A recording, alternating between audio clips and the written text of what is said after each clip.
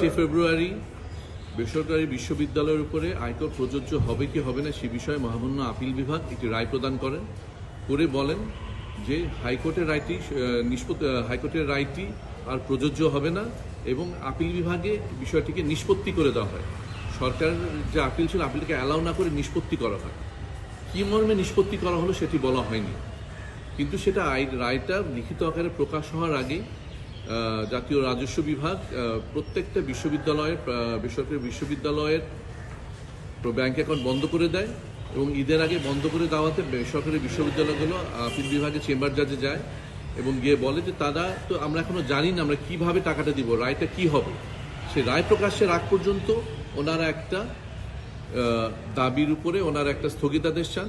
মহামান্য আপিল বিভাগ 21 তারিখে এ মাসের 21 তারিখে মামলাটি ফিক্স করে দিয়েছেন এবং তার আগ পর্যন্ত একটা স্ট্যাটাস অর্ডার দিয়েছেন, অর্থাৎ তার আগ পর্যন্ত আর টাকা দিতে হবে না। আমাদের বক্তব্য হলো যে আমাদেরকে জানতে হবে যে আমাদেরকে কি বলেছেন আপিল বিভাগ। আমরা তো এখনো জানি না, সরকারও জানে না, রাজস্ব বিভাগও জানে না। ওনারা এগুলো জানার আগেই যে টাকাটা দাবি করে ঈদের আগে প্রতিটা বেসরকারি বিশ্ববিদ্যালয়ের যারা শিক্ষক আছেন, যারা বিভিন্ন স্টাফ আছেন, তারা কেউ বেতন পাননি। সেটা তারা না পাওয়ার কারণ তাদের ব্যাংক অ্যাকাউন্টগুলো বন্ধ।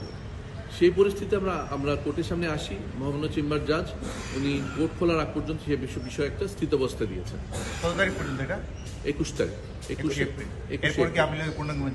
জি, এটা কি ওই পর্যন্ত স্থিতি অবস্থা থাকবে? এটি 21শে এপ্রিল পর্যন্ত স্থিতাবস্থায় থাকবে। এরপরে কি হবে? এরপরে কি হবে?